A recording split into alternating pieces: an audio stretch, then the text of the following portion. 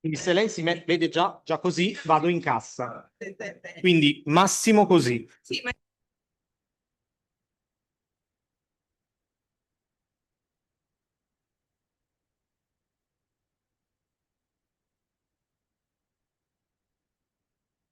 Cosa mi raccomando, non par-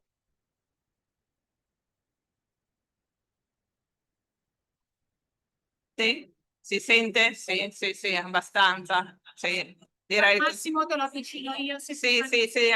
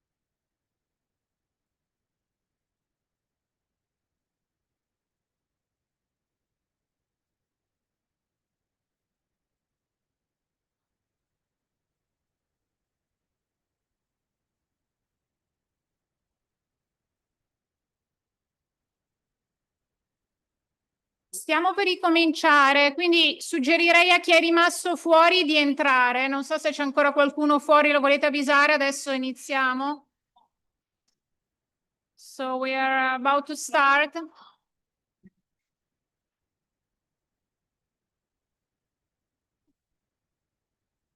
Ah, guarda, è arrivato.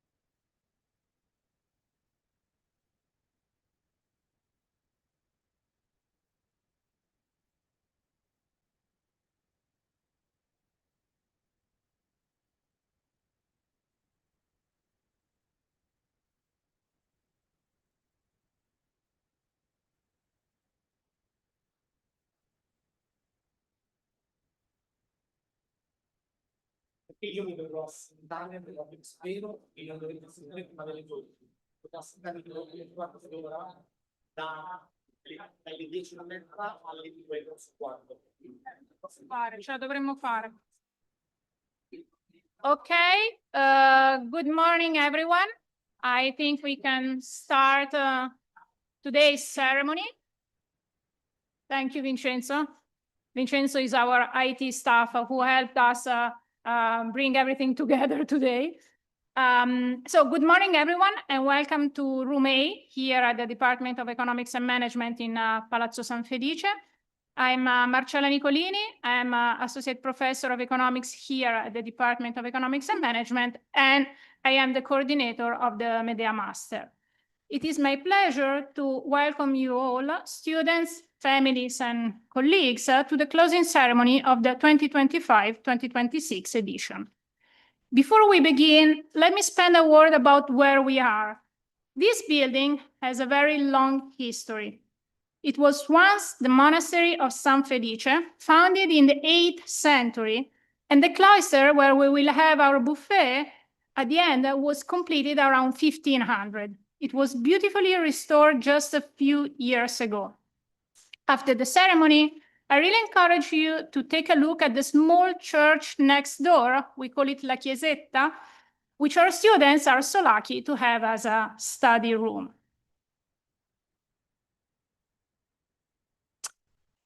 And let me welcome you to the University of Pavia that has hosted this master for the last 6 editions. The University of Pavia was founded in 1361. It is one of the oldest universities in Europe. Over the centuries, it has been home to some extraordinary minds. Alessandro Volta, who gave his name to the vault, Camillo Golgi, Nobel laureate in medicine, who was rector of this university. And it has attracted equally remarkable students like Girolamo Cardano, who invented the Cardanic shaft that I believe our engineers in the room are very familiar with, and the playwright Carlo Goldoni that we all study in high school in Italy. Today, it is still a very attractive research university. Through the European Horizon Program Salona, our researchers hold 24 Marie Slowotska-Curie actions. We have 15 ERC grants and 61 collaborative projects. Overall, these are worth more than 45 million euros in research funding. This speaks to the ability to attract funding by our university. We have 18 departments, 6 of which are recognized as Department of Excellence by the Ministry for Education and Research, including our own Department of Economics and Management. The university has 18 colleges, 4 of them historic heritage colleges, and 16% of our students come from abroad, studying across 18 degree programs that are taught entirely in English.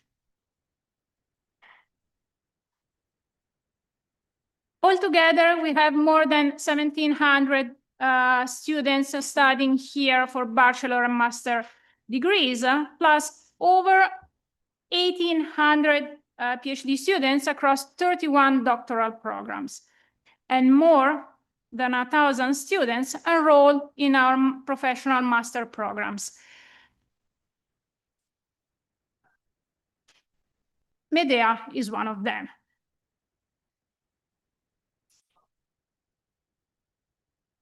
MEDEA itself has quite a history. The master has more than 65 years of life, and it is one of the oldest training programs of its kind in Italy.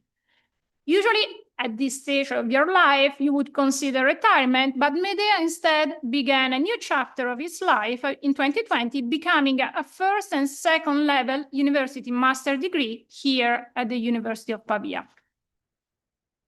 Now, I have to say, fall 2020 was frankly a bold time to start anything new. We were in the middle of the pandemic. But thanks to the determination and creativity on both sides, both Eni and the university, this partnership has been a success from day one, and it has only grown stronger over time. Over these 6 editions, we have experimented with new opportunities for our students made possible by the breadth of Pavia's academic community. A few examples. We have experimented with seminars in ethics, aesthetics, knowledge, and politics that have been taught by Pavia professors to give our engineers and economists a humanistic, critical perspective alongside their technical training. This in the spirit of what Enrico Mattei thought. We brought in new coding and AI skills using open source tools with some of our faculty from this department. And our students have had the chance to attend economics seminars with top faculty from leading universities worldwide. This year we had people from Wharton and from Bocconi, but over the years we had people from Harvard, Yale, UCLA, and many more. This is what the partnership with the University of Pavia really means in practice. It is not just a name on a diploma, it is direct access to a much wider academic world. So here is how the rest of our morning will go. In a few minutes, we will hear from Silvia Rappini, who is a CEO of Eni Corporate University. After that, I'm very happy to introduce Professor Antonella Ferrara from University of Pavia. Professor Ferrara is a full professor in automatic control here in Pavia and a fellow of the I3E, one of the highest international recognition in her field. Her research looks at how to make complex systems, from traffic to vehicles to power grids, smarter, safer, and more efficient. Today, she will talk us about traffic control for intelligent, connected, and sustainable next-generation mobility. This is a topic that connects very naturally with everything our MEDEA students have been studying this year. Then, at 11:20 or maybe 11:30, Enzo Di Giulio, Dean of the Scuola Enrico Mattei, will give us a summary of this year's activities. At 11:50, it will be the students' turn. They will present some of the project work from this edition. And then the part everyone is waiting for, the Latella Award and the Novelli Award, followed by the graduation ceremony itself and the buffet. So without further delay, let's get started. Thank you all for being here today, and congratulations in advance to our graduating class. Now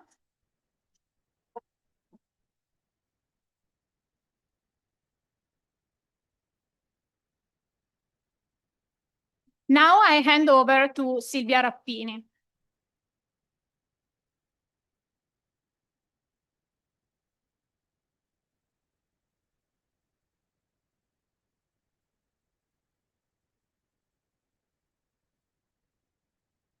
Good morning, everyone. It's a real pleasure for me to be here today for this closing ceremony of the Master MEDEA 2025-2026. The Professor Nicolini was right. It's more than 65 years since the beginning of the Master MEDEA, and actually today we mark the 69th academic year of this very historic master, because it was founded by Enrico Mattei himself, and at that time it was the very first postgraduate school in Italy. So we have a very long and important heritage, and we are so proud of this. And today also we mark the 6th year of collaboration with the University of Pavia, and I would like to thank all the university, because this collaboration allows us to enrich this program and enrich the experience for the students. And above all, we are here for you, for our 47 students of this academic year, who come from 8 different countries of the world. Let me see if I remember all of them: Cyprus, Congo, Italy, Indonesia, Ivory Coast, Mexico, and Kazakhstan. I hope I mentioned all of them. And it's very important because I would like to extend my heartfelt congratulations to all of you. At Eni, we work every day on very ambitious energy transition strategies. And we do that in our world that is increasingly complex and uncertain, and where there are so many technological innovation, digital transformation that are challenges, but are also opportunities that are shaping the way we work, but also the way we learn and we lead. So in this kind of context, people are not simply important, people are strategic for us. And investing in people is one of the key levers to thrive in this kind of challenging environment. So at any corporate university, our mission is exactly this one. So to help people to grow and to acquire the competencies and to be proud and to have the purpose to succeed and to contribute to the company common objectives and in general to our future. So our Dean of the Mattei School, Enzo Di Giulio, told me that actually this growth that we aim at, it's been achieved with very good results, and he will explain very well the results and all the activity of this group of students of this academic year very shortly. Let me just highlight a few elements that I consider particularly meaningful regarding this year. First of all, as I said, the performance, because your results have been very good, and this matters because, as I said, the Master Medea is an investment, so your growth is a clear measure of its value. Another key element is the impact, because through the learning by doing, you have achieved, you have realized 13 very important project works regarding relevant topics for Eni, for example, and for the energy transition, for example, the renewables, the biofuels, the gas market, and so many other topics. And for this, I would like to thank also all the Eni colleagues that have supported you and also supervised all the activities for realizing these important projects. And another element is the knowledge transfer, because during these months, you have learned from experts, managers, and also former students. Some of them now are CEOs. Some are very young and maybe were sitting in the same place as you are now just 1 or 2 years ago. And I want to mention this because the intergenerational transfer of knowledge is one of the very valuable aspects of the Master Medea. And we believe a lot on this, and I'm sure you have experienced the passion and the willingness to share of all our experts when they came to the classroom. And I really hope that you will continue this chain and will come to transfer what you will learn on the job, and so continue this community, keep this community alive. So today we celebrate so many results, but the Master Medea is not only what you know, but actually is also who you become and how you choose to use what you know. So there are some other aspects that are as important as the results. For example, the attitude that you had, the engagement that you showed during these months. You showed energy, curiosity, and a genuine willingness to participate, to actively engage. So Enzo told me there was no need to push you to participate and to share your thoughts and to propose your ideas, because this came naturally, and is a very important quality. Another aspect that I want to mention is the community, because in many situations, during some difficult activities, or even during some difficult moments that occurred, the group was always together, and you showed that you became a real team, and most probably almost a family. So this is something really, another value that it's really important. And the third one is resilience, because you overcome so many challenges, many project works, exams, presentations, so many activities to do together, everyone with your own background and knowledge and other things to do. So at the end of the day, every one of you succeeded, find a way, find the strength to achieve your results. And this is very something really valuable.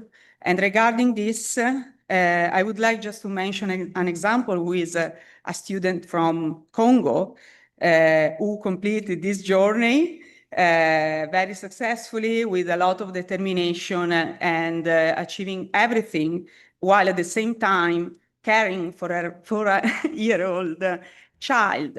So this is something that is not, let's say, taken for granted. This is something special. And in her story, I think we see the strength of this whole class. So before closing,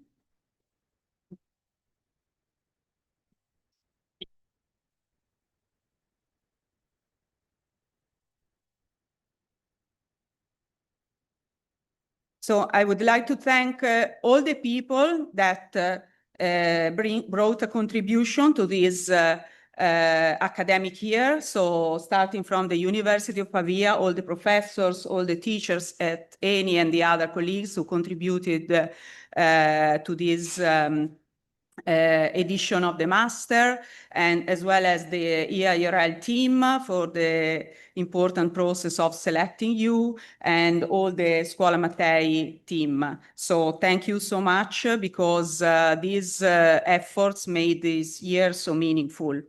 And to conclude, to you, to the students, again, my heartfelt congratulations for what you have achieved. Now we are strong. You are stronger. You are more equipped and aware of the new challenges that you are going to face in the next year. And wherever your path will take you, in Italy or anywhere in the world, I just hope and encourage you to keep, as well as your competencies, and to grow your competencies, and also your responsibility, your curiosity, and also a desire to inspire the others that will be around you. So thank you again to everyone, and my best wishes for your future to all the students.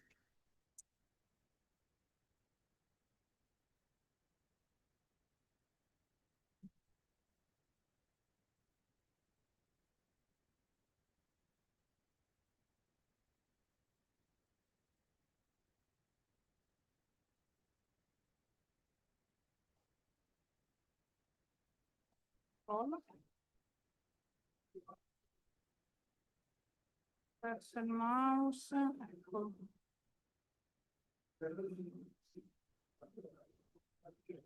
Benissimo, e con questo riesco ad andare avanti. Benissimo. Grazie Marcella. Okay.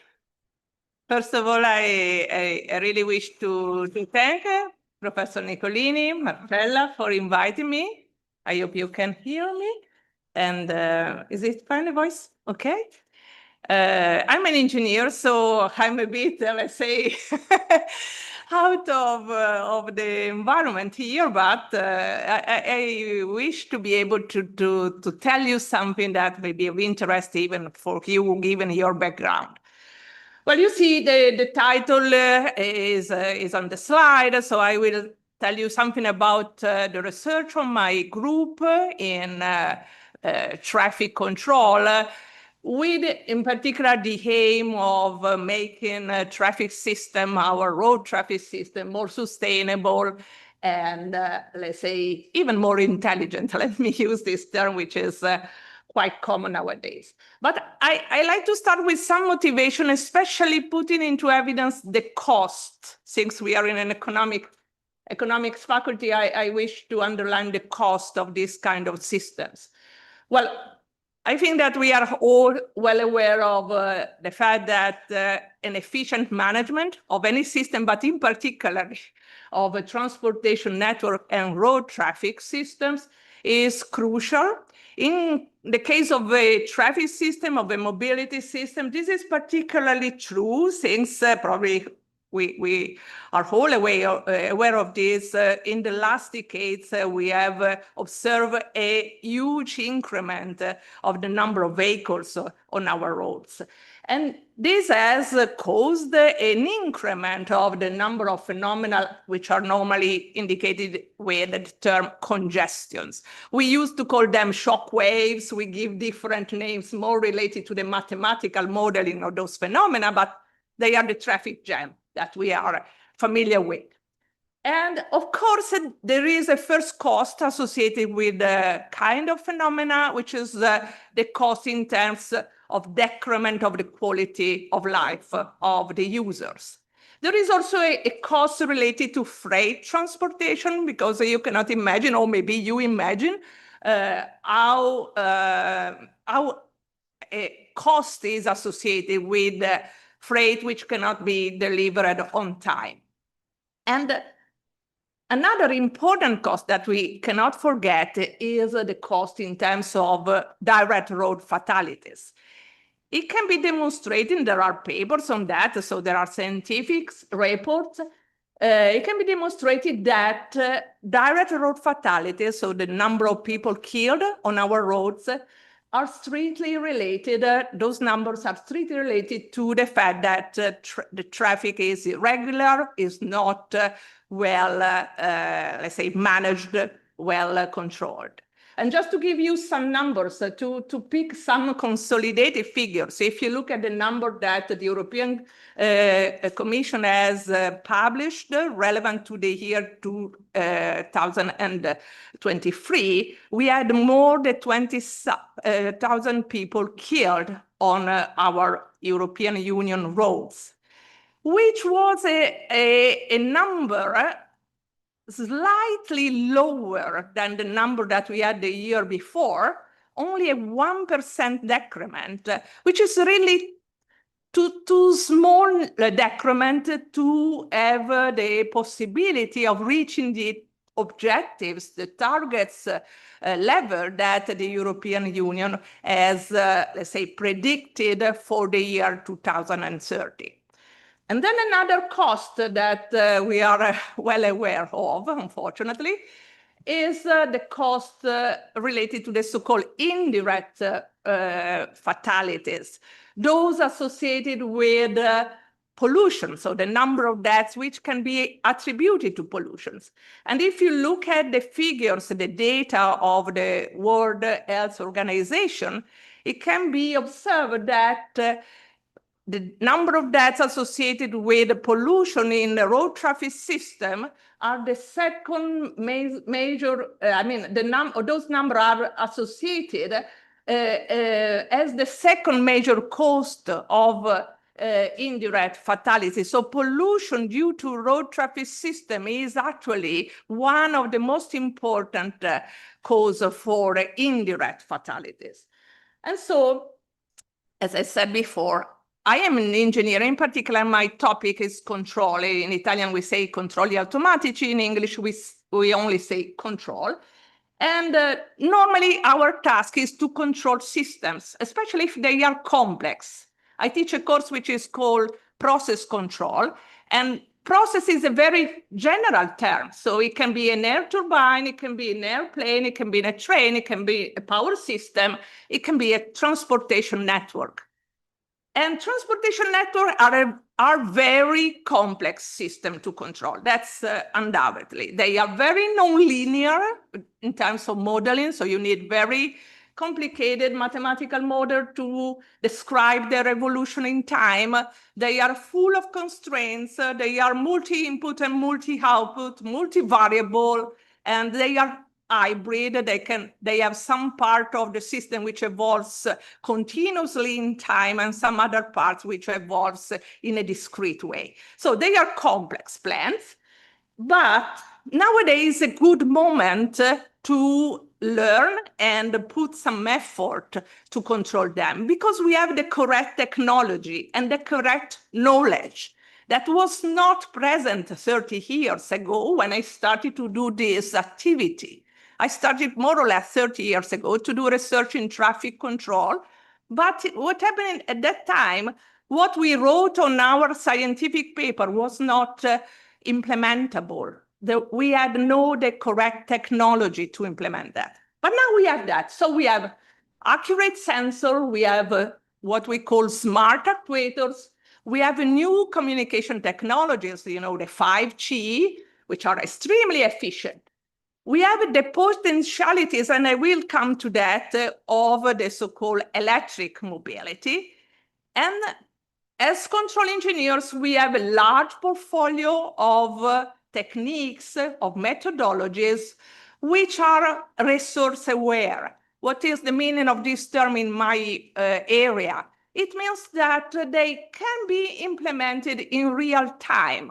So they don't need to use a huge amount of resources. They're very, very, let's say, cautious in the use of resources. And putting together all these ingredients, we are now able to design some control strategies to control complex systems, but in particular, road traffic system. And these control strategies are adequate to be deployed in the actual control room, which are the control rooms which are actually present in our transportation system. Even maybe many people don't know that. Here is just a picture which was provided by Autostrade SPA. And having these control strategies operating on the system, it can be proved, it can be demonstrated even practically, and there are many field implementation now, that transportation system can become more coordinated, more sustainable, compatible with the goal of climate neutrality, which is something we are really working for. It's our main objective at the moment, and definitely safer. As I mentioned before, traffic control is a well-established field of research. It started with a seminal paper that you see reproduced on the slide, which was published in 1955. So it is very old, let's say, field of research. But if you look at the strategies that are now implemented in practice, there are different implementation everywhere in the world, not so much in Italy, honestly, because in Italy there are some, let's say, struggle to make this kind of strategy be really implemented in a closed loop, as we used to say. But the majority of them has this feature. They are infrastructure-based. So you need some piece of infrastructure to exert a control on the system. And in particular, if you look at the typical techniques, they are called ramp metering. To implement a ramp metering strategy, you need traffic lights. You need to control the entrance of vehicle in the mainstream of the traffic network. And this is why in Italy, there is a bit of resistance because clearly slowing down a bit the entrance may have an impact on the cost of the system itself. But there are benefits, and it's important to know the benefit to better evaluate the cost-benefit ratio and decide if a technology, if a methodology is worth trying, which is a bit a cultural aspect that maybe in Italy is not so well understood in some cases. But abroad, you can find, if you go in California, any on-ramp of any traffic system, highways, motorways, even, let's say, arterial in the urban areas, they have ramp metering implemented by many years. Then there are the so-called mainstream control via variable speed limit. Again, we need some element, physical element. So there is a cost of implementation which is non-negligible, like variable message signs. And then there are some other techniques which are implemented in many countries, which is called dynamic routing. We need to have some infrastructure element being able to give a message to the driver and maybe divert a portion of the traffic, those composed by vans, by heavy-duty vehicles, to some alternative roads. So infrastructure-based control may have, let's say, an element which make it not so acceptable for some, let's say, society managing a traffic network because of the construction work and the fact that sometimes you need to create a disruption on the system to construct it, to build the infrastructure. But what happens in the last decade is something completely different.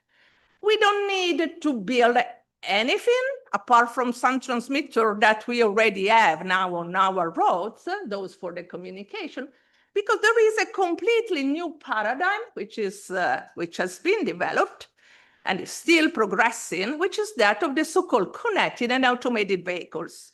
I just asked, a notebook LM, so an artificial intelligence tool to depict a typical connected and automated vehicle. If you look at it, it's the typical vehicle that we drive nowadays. So it's important to consider one aspect that sometimes refrain certain, let's say, stakeholder to understand or maybe to decide to listen to people like me trying to promote this new way, this new vision, let me say.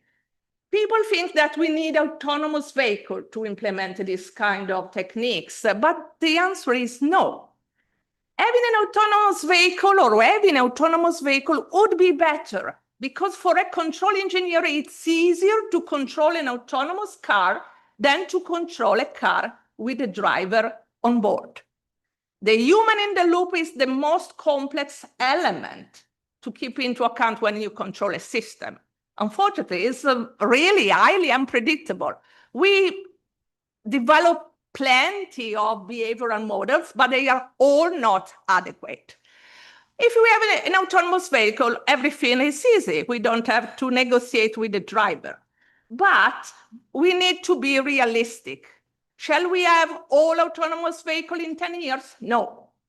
Shall we have vehicles equipped with a certain level of automation, let's say the level which normally is associated with the level 2, which is not so high, and so having some kind of classical advanced driver assistance system like the cruise control, the traction control, the anti-lock braking control? The answer is yes. In 10 years, we will have a large penetration of those vehicles. Are they, let's say, medium-scale vehicle that we can buy now? So they are already available. And so we don't need to have autonomous vehicle. We need to have good communication capability, but our vehicles have already this kind of technology on board, and our major traffic networks have communication capability already embedded in the system. So we are talking of something which is realistic, feasible, not something which is just a dream. And in which way we can use those vehicles to control the overall traffic system? Well, there is an idea that is not expressed on the slide explicitly, but it is, let's say, in some sense transmitted by the picture. These kind of vehicles can be kind of special actuators, moving actuators, that can participate in a sort of game, collaborative game, to influence the overall system. But the system at this point becomes a sort of multi-scale system because we have something macroscopic, like the traffic flow, and some individual agents controlling the macroscopic system. It's like to control the flow of water using some small, let's say, particles immersed in the flow. So you see that you can imagine that mathematically speaking is not a trivial kind of research, but in my opinion is extremely promising in terms of cost-benefit ratio. And that's the keyword that I always keep in mind, as my students can always can repeat. And then one question could be,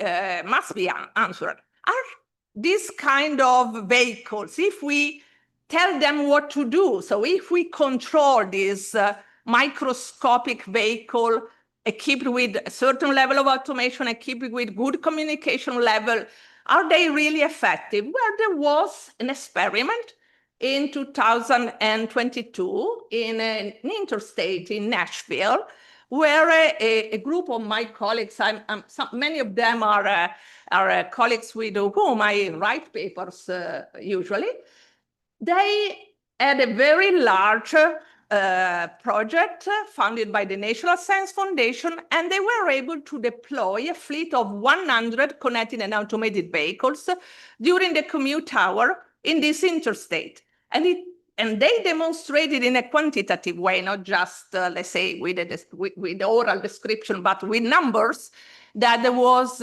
a clear regularizing action due to this method of controlling individual vehicles immersed in the macroscopic flow. Which is the way to control them? Of course, we can control these connected and automated vehicles individually, or we can introduce a bit of cooperation. There are different techniques. What is the reason to introduce a cooperation? So ask the driver in some sense to participate in what we call a collaborative game. The reason is to decrease the so-called price of anarchy. Because if we put a controller, which is typically an optimizer, just to use a name that probably you are familiar with, asking to a controller to control individually a vehicle means that selfish behavior will emerge immediately. And then we need to negotiate among vehicles to try to optimize, to reach what is the social optimum, the global optimum of the system. So there are techniques that we are developing doing this. Another possibility is not to control individually the vehicles, but ask the vehicle to create formation, kind of platoons. And having platoons, again, means that we can control the different platoons in a sort of centralized way, collecting the data, and then sending the control action, which typically are, just to give you an idea, a velocity reference, which is the speed that the vehicle has to maintain in this moment. Again, we can decide to move to a more decentralized situation, which is, of course, more efficient in terms of computational cost.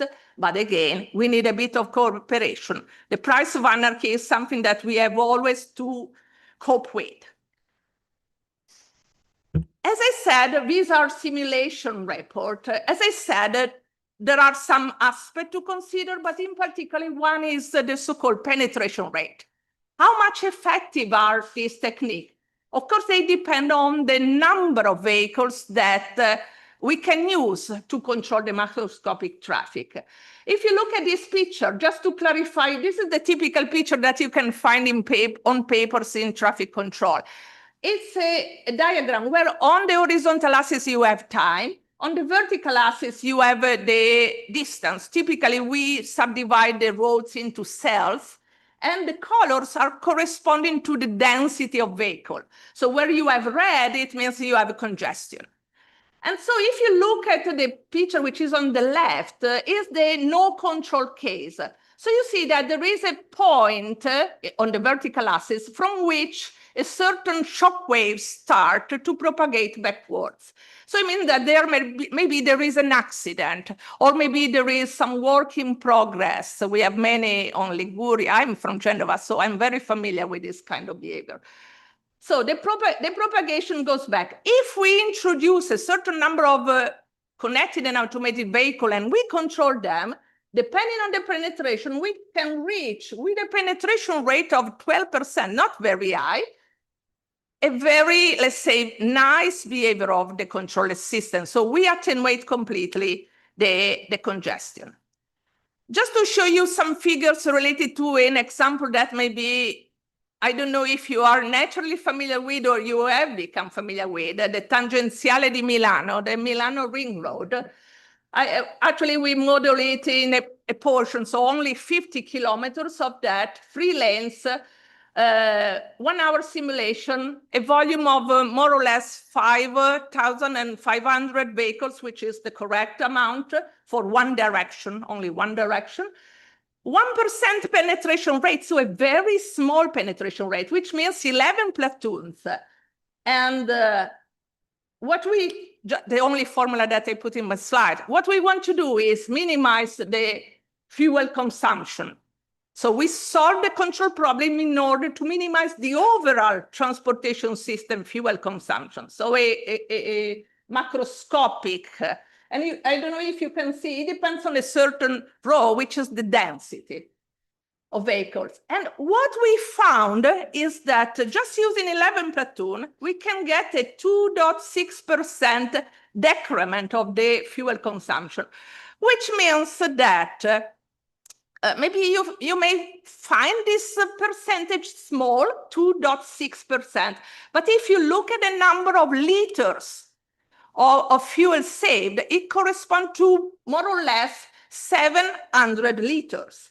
And if you look at the fact that any liters of fuel produces 2.3, more or less, kilos of carbon dioxide, you can notice that the impact of this very mild control action is to save, in terms of greenhouse emission, a quantity of carbon dioxide which correspond to the carbon footprint of a round trip flight from London to Los Angeles in 1 hour.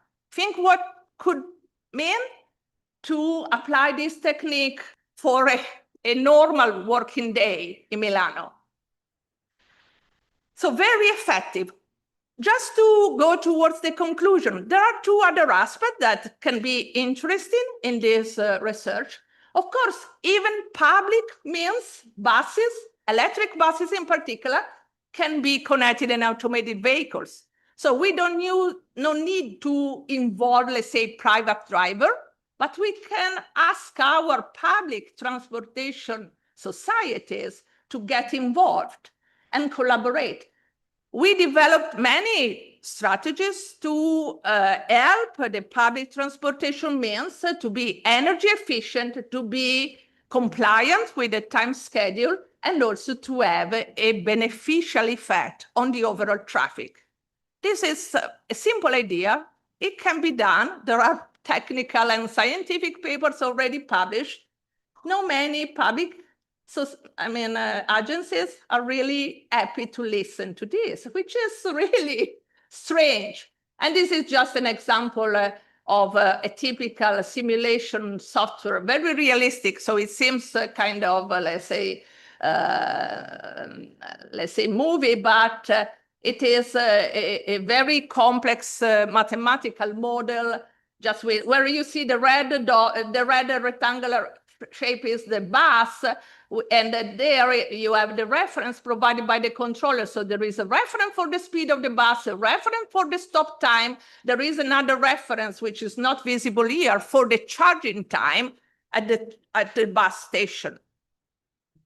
And the other final aspect that it can be interesting, especially for you, especially for Eni also, and for your school, is the fact that actually the cars, the connected and automated vehicle, can be an important element, not only to control the traffic, but also to provide grid support.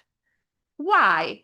Because in the modern evolution of our power grids, the power grids have become, because of the high penetration of renewable sources, like, let's say, solar panels, just to name one, they have become networks of microgrids. And the electric vehicle can act as a sort of mobile and flexible energy resource. In which sense? The connected and automated vehicle can connect to the microgrid to absorb energy or to provide energy that they have in their battery and they are not using. And this can really become important during the so-called overproduction and underproduction time. And I show you just a simulation because I see that we are running out of time. If we look at the subdivision of a town in electric district, and we assume that in any electric districts, we have some point in which, I mean, a charging facility in which we can realize a vehicle to grid connection by directional. And for instance, this has been done on the city of Rapallo, which is naturally subdivided in 3 electric districts with 11 vehicle to grid stations. Then we can control our connected and automated vehicles to reply very efficiently, so in a prescribed time, to a demand for the electric grid. So the electric grid can tell us at a certain moment, so the distribution system operator actually could require at a certain moment a certain amount, for instance, 180 kilowatt hour for the free electric district. Our connected and automated vehicle, which are controlled by the controller, moves, they start from some position, they are where they are, maybe parked, they have some initial level of charge, and then they move to the correct position to reply efficiently to the grid demand. So the grid receives the energy which requires in the correct amount of time. I don't know if you can see, in that case, the time was 10 minutes. In 10 minutes, all the vehicle, you see the speed, all the vehicle reaches their corresponding charging point. And this is done by controlling in an optimal way the motion, planning in an optimal way the motion.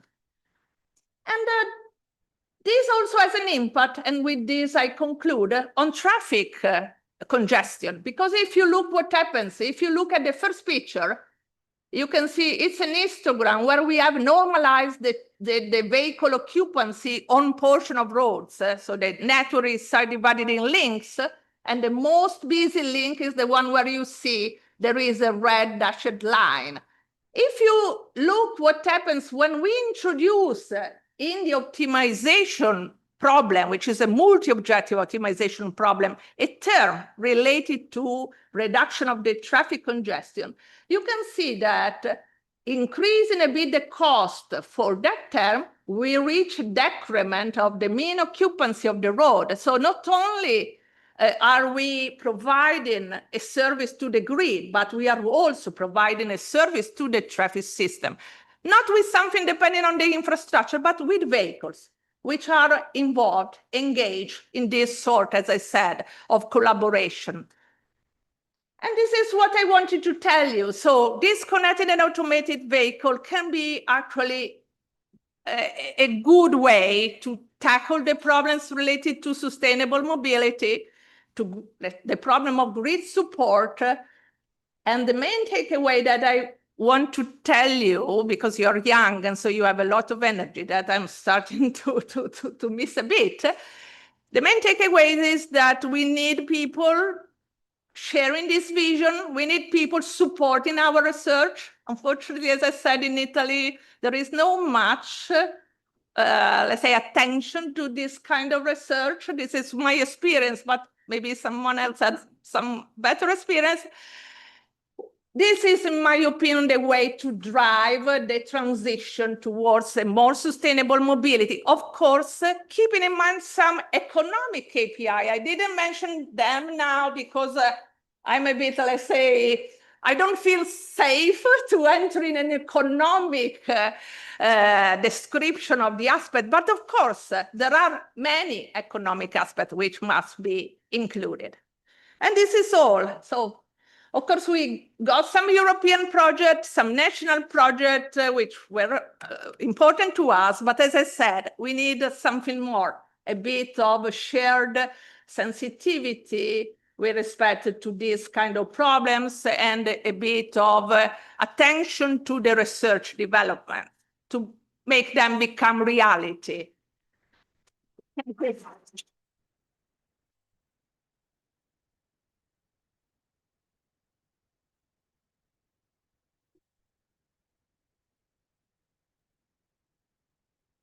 Bisogna chiudere la... Oddio, ho perso il mouse. Dov'è? Qua, aspetta, ci sono. E poi la tua è questa qua. E adesso così. E dopo... oh.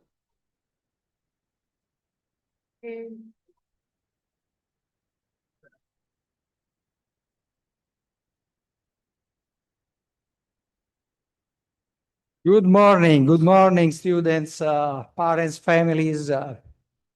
This was the last lecture, really the last lecture. Thank you, Professor Ferrara.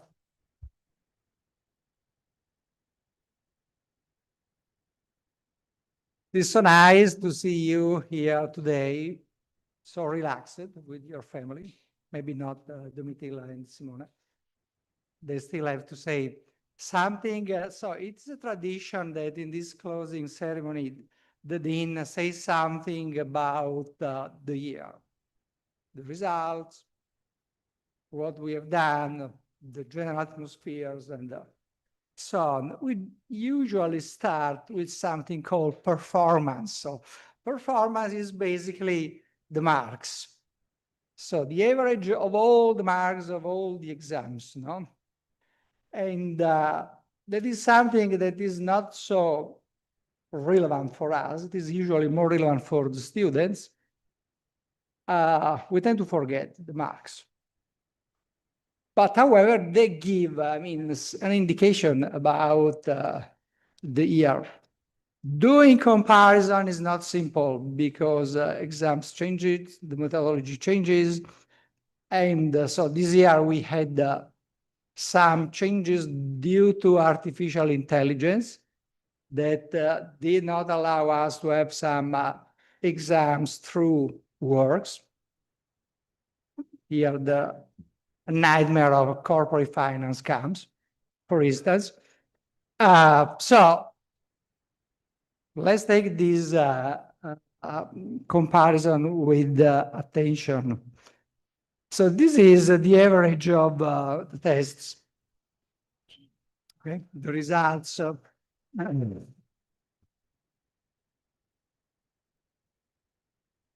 You can see that is the average is 85.2. That is the last 10 years. We can go behind. So comparisons are not easy. So you can see here an increase. This is COVID. So COVID, is a specific period. So here you are. Here you are. Okay, I would say how you can be.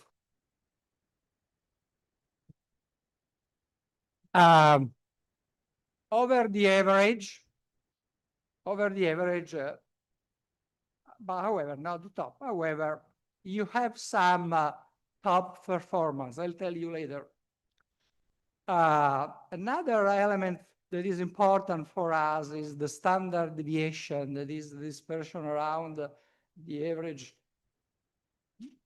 of the marks. No, that's because it is important to have a small standard deviation that says that there is a coherence, in the class, and that is your number. 5.2, which is under the average, and so this is good. Then there is another comparison. Here I am alone. Maybe you notice that I am alone with the three ladies. That is very nice for me.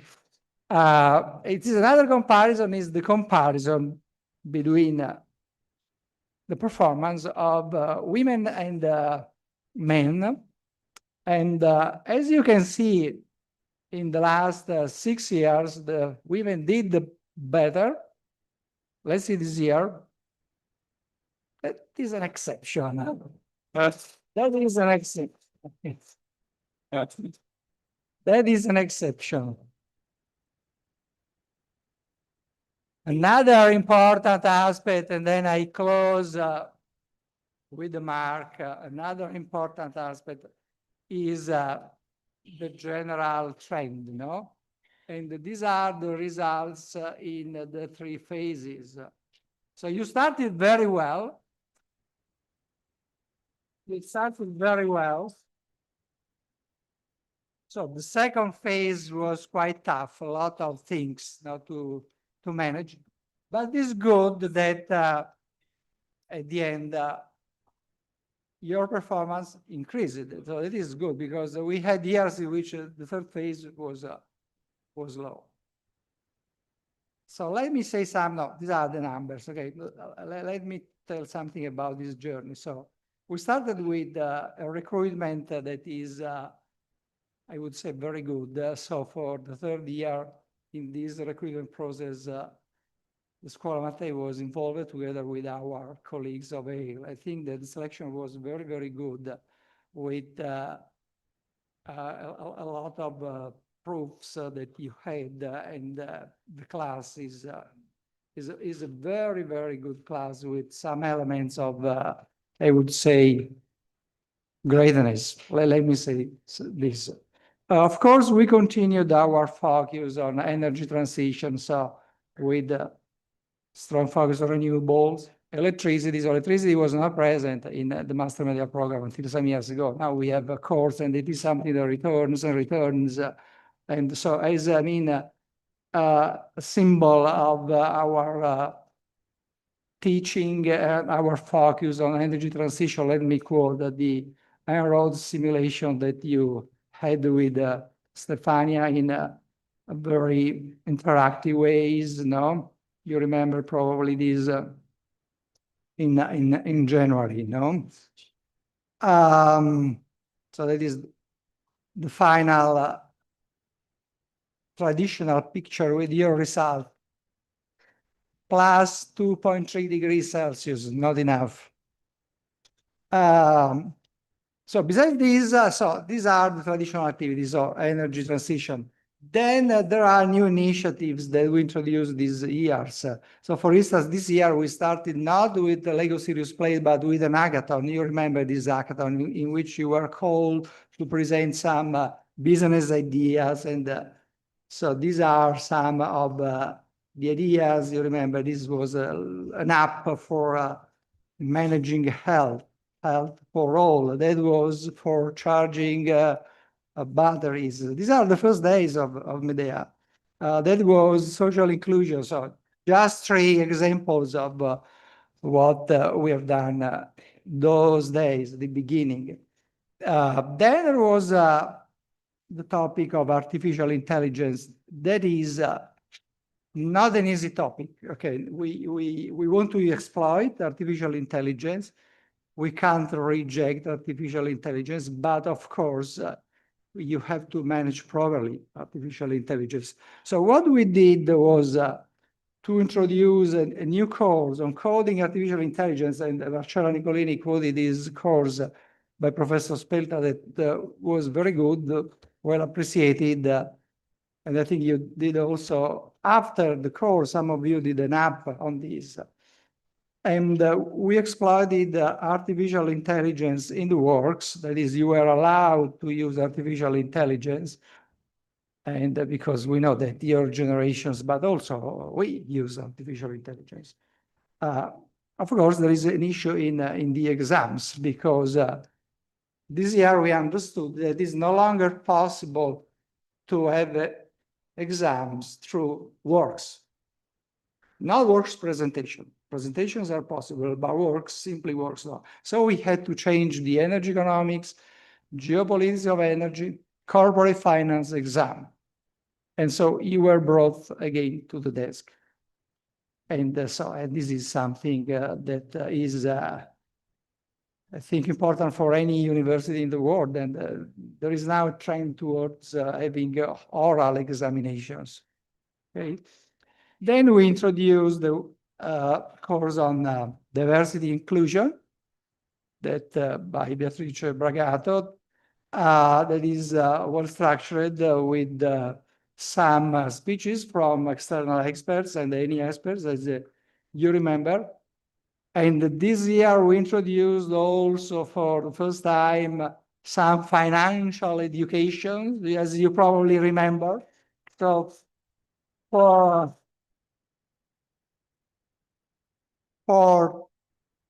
telling you that we don't have only bonds and bank accounts, but there are the stocks, and maybe a day you will remember that crazy Di Giulio that told you this when you buy some very good stock. HSCK workshop. So 2 days of this workshop with our colleagues that proposed you some work. And then we had a new workshop with Luca Bertelli. You can see here Luca Bertelli as a boy, that he returned the boy. I mean, when he's with the students, he's a very he's very young. I mean, in his approach with the students, and so this is important because in the past we talked a lot about carbon capture now, but not in a systematic way. And here we have a course. Then something strange that came. If it is strange, can come just from a person that is Luciano Canova. That is games in behavioral economics. So you had this course in behavioral economics that involved some games, no? As you remember. I don't know which kind of games, that is some racing or you played card. However, it is something that was good was functional to this course. And finally, a Lego Serious Player returned at the end as a moment of synthesis, for reflecting about who you are, what you want, where you want to go. So it was here, I would say, very, very positive. I expressed it is my personal perception. That is my personal perception, but I think that also my colleagues share this same perception. That is the opening ceremony. This is the opening ceremony. There are some moments. So the position is almost the same. I guess it's the same, yeah, more almost okay. This is when you were waiting, I think, the Olympic torch coming. So this is classroom. This is, I think, some presentation of the Luciano's books in some library, I think. These are pictures with professors, many pictures with professors this year. So this is with me and Stefania some days ago with the t-shirt. This is with Professor Grand. So we still have Professor Grand, middle of.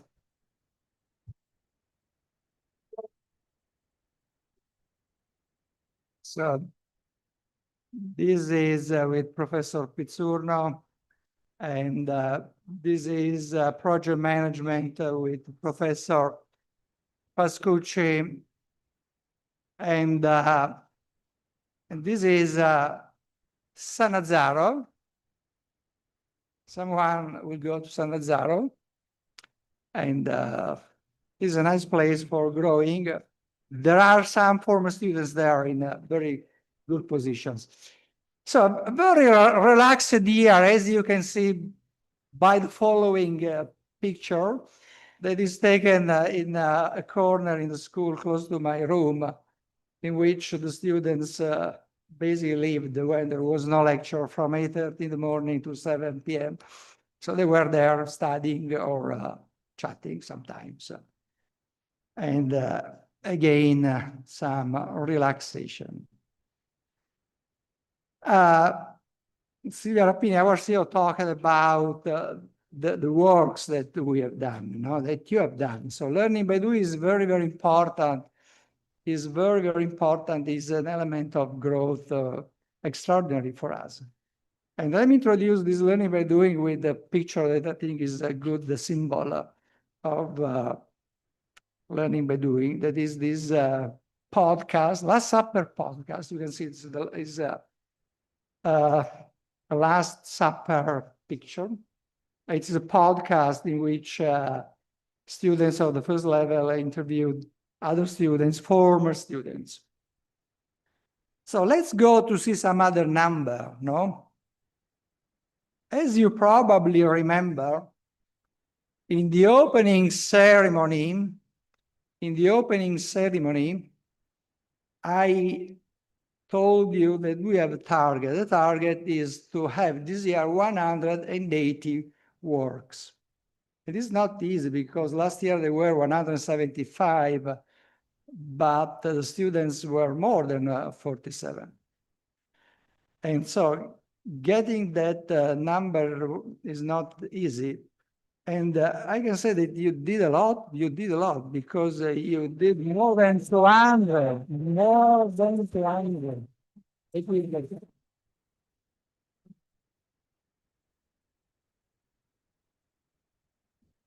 More than 200 works, and this is something that does not take into account all the works. For instance, the many presentations with Marcella Nicolini for the sake of comparison with the previous year are not included.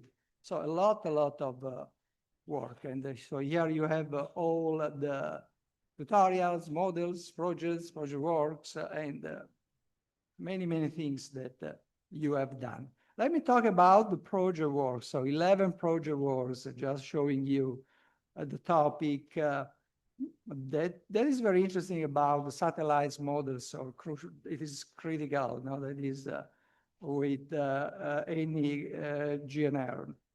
Or these, so Eni is very, very good in searching minerals that shifts or also start to search for lithium. So is it possible? That is about biochemical business, biolubricants with Versalis, very interesting. Then we talked about French nuclear, that is with Eni GGP, the gas division of Eni. About Turkey is a potential new hub for natural gas in Europe. We talked about HVO versus diesel, that Eni is a major producer of HVO. That was a very, very interesting job. Then batteries, that is with industrial transformation. Batteries or not optimal mix for refinery operations, that is in Taranto, again with industrial transformations. Wind farms with Plenitude, that is using battery together with wind farms, and Caps and Clarity, again with Plenitude about the system, the ETS system, and carbon market dynamics with Eni Forestry and CCUS. These last two projects will be presented here in a moment. Many models with Stefania. I just show you something. So about hydrogen, about India, about lithium, again, the electric car and lithium, about the development of and the energy model in Saudi Arabia, and many tutorials, many tutorials. You remember this, an ethical question: should COP3 be accounted for?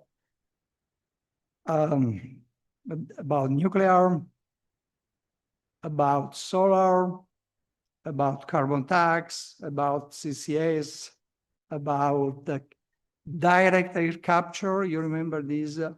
About renewables versus fossils. You remember?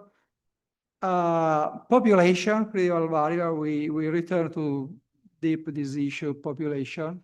Comparison between OPEC and IEA scenarios. And then many conferences.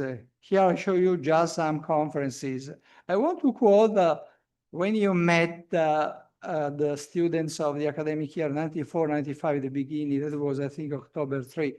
And it was very nice that those students came to see you. There was a strike that day. And so I want to mention our CFO, Francesco Gattei, that found time to talk with you, and also another top manager that is, Lapo Pistelli, who gave the opening speech in the opening ceremony.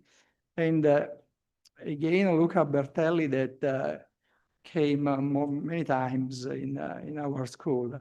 I want to quote our former students, Laura Cozzi, one of the Italian lady, excellent, the excellence of Italy abroad, basically the person behind the famous World Energy Outlook, or wave transition. You remember Gonzalo Cabrera and Donato Azzarone, former students with many years of experience in the fossil business, renewable business, and now they have their startup in Barcelona.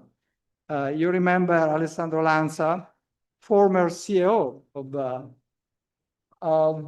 also the Corporate University, now executive director at Fondazione, talking about Enrico Mattei, and also talking about this book. We talked also about the football, no? With the CEO of Como Calcio, Francesco Terrazzani, and Valerio Casagrande, an expert in football. We had the opportunity to have Massimo Temporelli, very well-known physicist, and Davide Caranchini, no? Chef, with a star restaurant in, I think, in Como. And probably you remember Matteo Terrevazzi from Abu Dhabi, just some days before the starting of the war. And Carlo Barbante, you remember Carlo Barbante came to see us just after his period in Antarctica. He just came back from Antarctica where he studied ice. Other former students, Massimo Pancamo and Gianluca Mbufo, CEO of Irene, that had a discussion, coordinated by Elisa Cravero, another former student. And also Christian Five talking about the role of CFO, and Andrea Steger, president of International Gas Union, a very important association.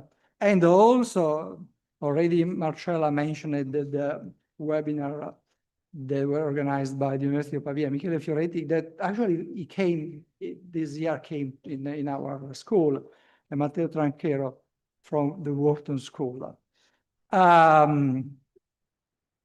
Of course, we did our research activity, so we have our activity of research publications that is coherent with our teaching activity. I just want to show something. So we published a lot, but I just want to show these two articles that were published just, I think, a week ago in Energia. At the same time, so Luciano and Stefania and me, same number of these. There is, I think, the main energy journal in Italy. So these are other things that we wrote this year, just for giving you an idea about the topic that we study. That is Luciano. Luciano, is very prolific. He is, I say that Luciano writes books as I write articles. So that is the style of the man. So this moment, usually the dean says something about scenarios, so what is going to happen.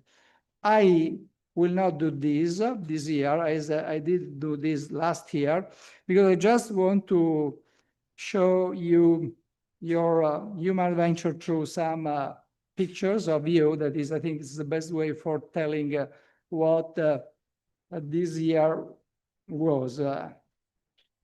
So let's start with some nice pictures.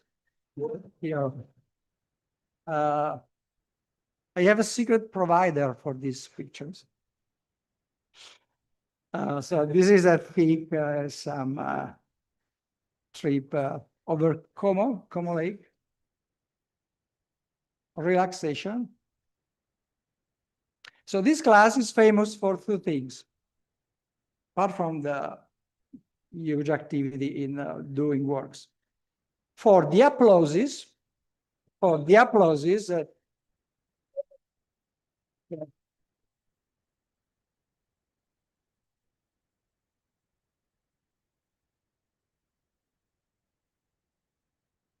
no class used to applaud so much in the history, I would say. And the other thing, at least if I have to judge from these pictures, is for eating. So I asked for some pictures, but I received pictures of you that were eating and eating and eating in a restaurant and wherever. So let's pass to something else. This is the football match in Como, the only day in which rained so much during that period. So watching football or supporting Juventus or drinking or taking picture in Aula Mattei, or preparing for the final presentations, or having some stretching with Sofia in San Donato Laghetto, or listening someone that is always, that is very frequently present in the picture, that is Mr. Cherico. And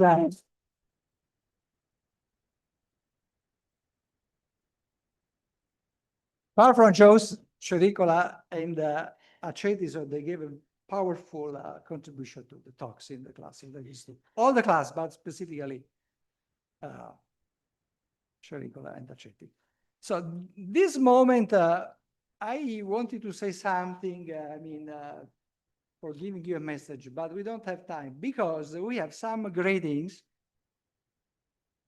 from someone that in this moment I think is in some beaches in Kenya. That is Luciano Canova. Stefania can come here to read that.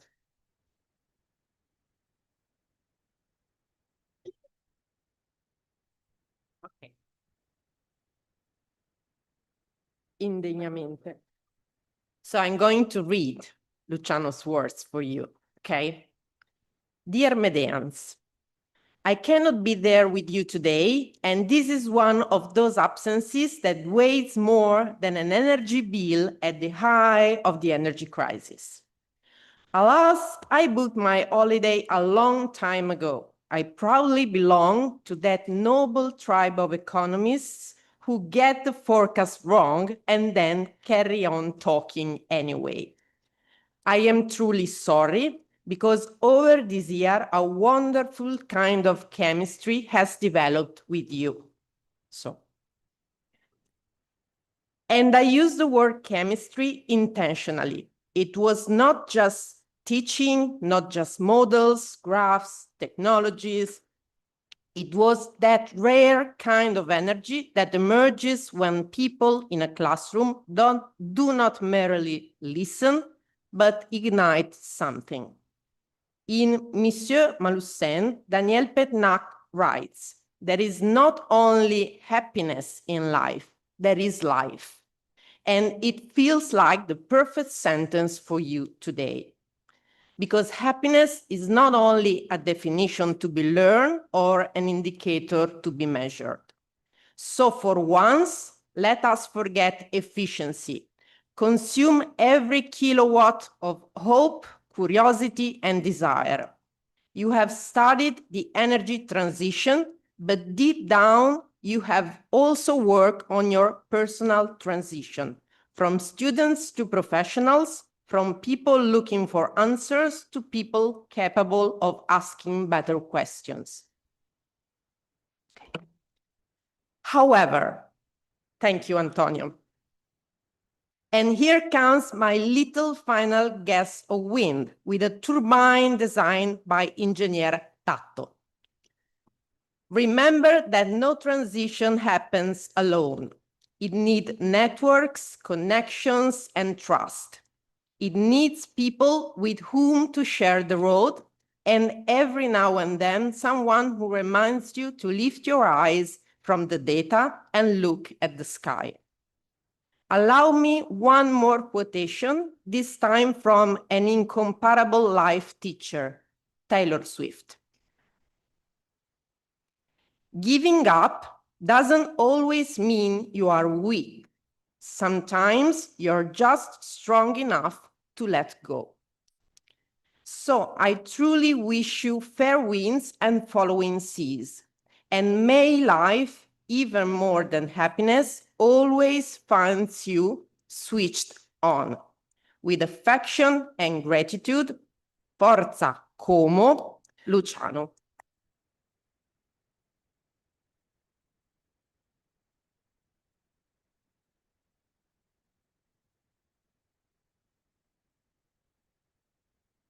Okay.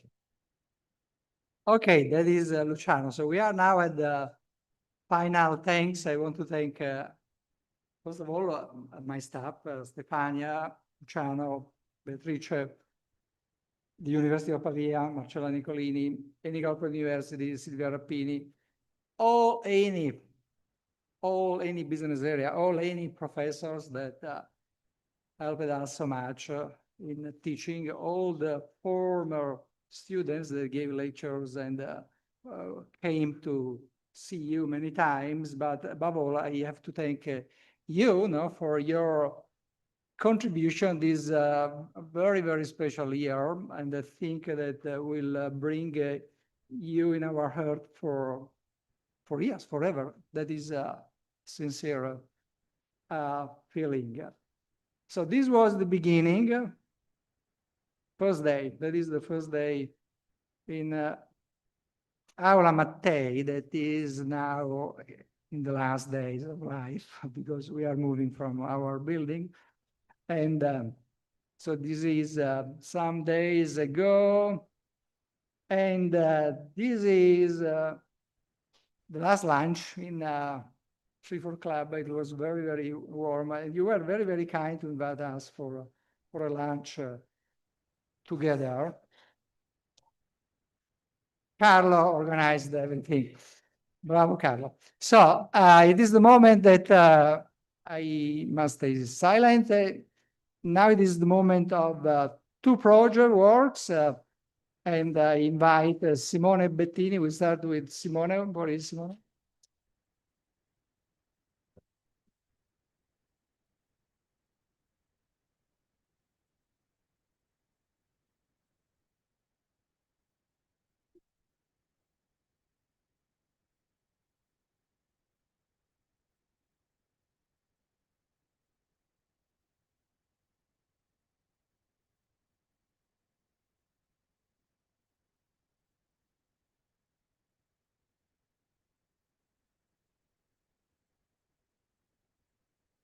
Okay, good point. Buongiorno a tutti. Così. Grazie. The presentation will be in English, so let's start. This is our final project research on forecasting carbon market dynamics. My name is Simone, and I would like to thank you also for your attention, but also the members of my group work, which are Filippo, Beatrice, and Magjan. So let's start with a brief roadmap of what we are going to talk today. We'll start with an introduction of the voluntary carbon market, breaking down the key characteristics of carbon credits, moving on to the market analysis, exploring also the mitigation strategy of the IPCC and ENI, and finally, we'll show you our forecasting models. So to start, we need first to draw a clear line between two distinct carbon markets, the voluntary carbon market and the regulated carbon market. The second one, the regulated carbon market, is characterized by strict regulations where large emitters are obliged to reduce their emissions by law. The mechanism includes carbon taxes, emission allowances, emission trading systems, and this market is characterized by different frameworks across levels, because it can be multi-countries, national, subnational, and also sectorial. But on the other hand, there is the voluntary carbon market, which operates entirely without a strict regulation from the government. Here, the independent bodies like VAT and Gold Standard define the standards, and the participation is optional. So private actors and companies can purchase credits on this market on a discretionary basis. And the most important thing here is the fact that the voluntary carbon market is a crucial mechanism to mobilize private finance into climate mitigation projects that otherwise might lack the funding to exist. But what exactly are these companies buying? Because the carbon credits are highly heterogeneous and are usually classified into two distinct categories based on their mitigation mechanism: the avoidance credits and the removal credits. The avoidance credits are generated by projects that reduce or completely avoid the greenhouse gas emission compared to a baseline scenario. On the other hand, conversely, the removal credits are those credits generated by projects that come from projects that directly capture carbon dioxide from the atmosphere, like, for example, the AC. And if we want to understand truly how these two mechanisms work together, we can use this metaphor, a sinking boat. So think about our planet as a sinking boat that is taking on excessive CO2. To solve this critical situation, we need first to plug the hole with the avoidance project, and only after that, we can bail out the water already on board with removal projects. So both these mechanisms are essential to stay afloat, but they serve immediate different purposes. So this brings us perfectly to see how these dynamics play out in a broader market analysis. But first, I need to define three key concepts: issuance, retirement, and oversupply. Issuance is the creation of new credits. Retirement is their cancellation after use, and the oversupply is the accumulated gap between the credits that are issued and those never retired. As we can see here in the graph, from 2020 to 2022, there was a rapid expansion driven by environmental corporate commitment that peaked in 2022. Nevertheless, by 2023, the lack of strict standards and doubts about reliability caused a crisis of confidence, making the overall market value dropping by exactly 61%. Despite this, from 2024 onward, the sector did not collapse, but it recalibrated. In fact, by 2025, the overall market value rebounded to $1.04 billion. And even though the trading volumes continue to decline, and this shows the fact that buyers are now willing to pay more for better quality credits. Moving on to the emission strategy, mitigation strategy, we need to introduce the IPCC, which is the Intergovernmental Panel on Climate Change, which defines strict rules for credible corporate climate targets. And here there is a beautiful graph that shows you the greenhouse gas emission that in the future we're going to reduce. But which are these strict rules? The first key pillar of the IPCC is the direct abatement first. So before making any environmental claims, organizations must aggressively reduce their internal emissions emitted on site, so Scope 1 emissions, and also indirect emissions, like those that are generated from purchased energy, so Scope 2 emissions. But in the future, as we can see here in 2100, there will still be some hard-to-abate emissions. And this introduced the second key pillar, the carbon credits, which act strictly as a complementary tool to neutralize unavoidable residual emissions. But how it's possible to implement this concept across global projects? Through the internal carbon pricing, the third key pillar. This is a financial mechanism that translates climate project into everyday capital allocation, because by assigning a monetary value for every single tons of emission, the CO2 emitted can become a real financial liability. And to see how it works in real practice, here there is the ENI strategic application.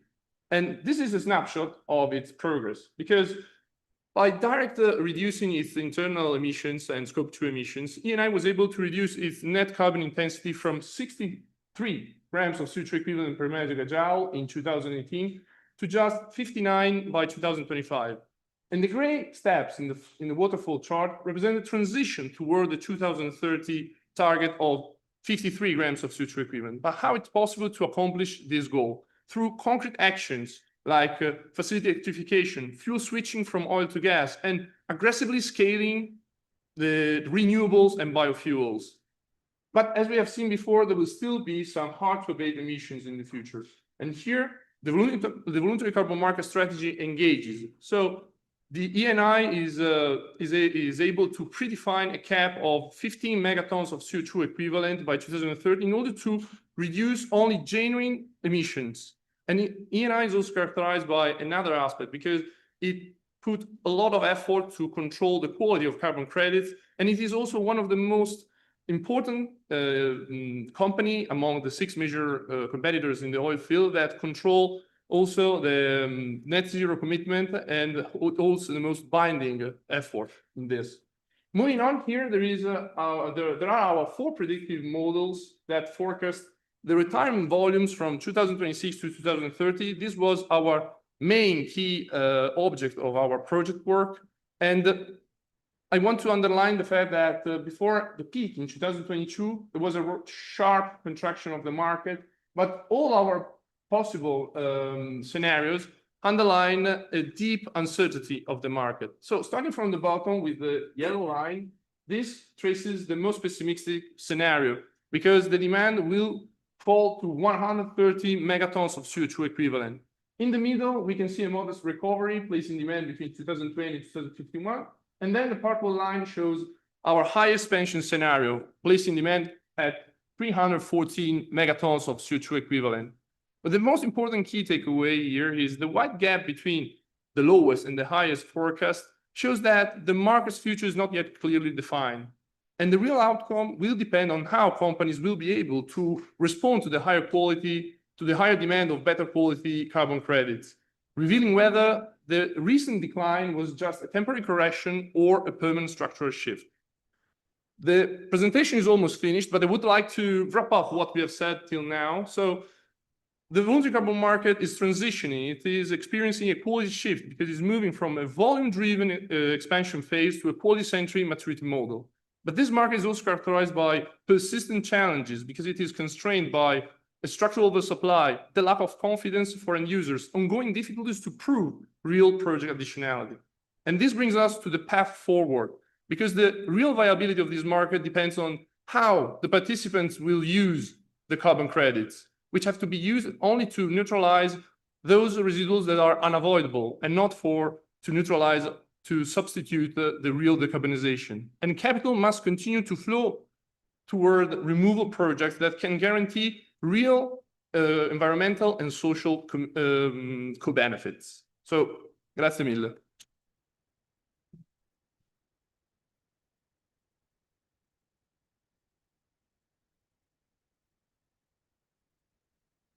Thank you, Simone. Now it's time for Domitilla Amico. Domitilla.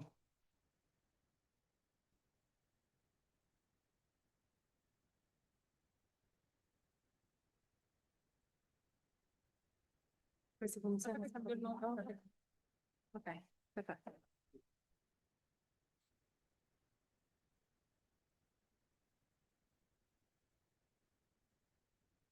So, thank you again for this opportunity. Good morning, everyone. My name is Domitilla, and today on behalf of my group, I will present our final project work with Caps and Clarity regarding the European emission trading system and the related carbon price. So starting from the simple nature of cap and trade markets, Europe aims to reduce its emissions and uses the ETS as a market tool to actually achieve this. Regulators set a certain total amount of allowances that are allowed each year, and then issue a certain number of permits for each ton of CO2 that is allowed. As such, the supply of these permits in the ETS market is certain and declining over time, according to the carbonization strategies. different companies then buy and sell these permits between each other, depending on their certain abatement efficiency. So where it is easy and cheap for them to actually abate, they will do so, and they will sell these permits onto the market to gain profit. When it becomes expensive, on the other hand, to do so, they will buy these permits and use them according to their different needs.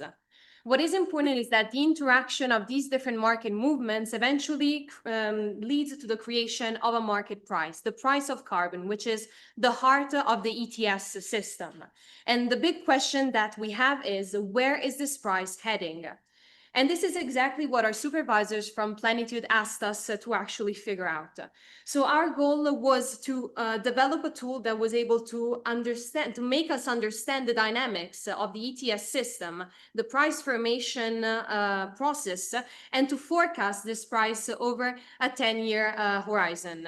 So my colleagues, Luigi, Robert, Aristos, and I developed two different tools, a balance sheet comprising of the entire European carbon market, coupled with a pattern econometric model to understand better the dynamic nature of demand.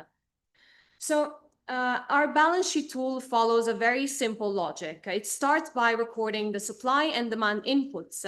So on one side, the actual permits that are given by the regulators and the emission needs from companies, and allows us to then achieve the certain market balance and the TANAC, which is the total number of allowances in circulation, to then see whether or not this amount actually reflects the needs of the market.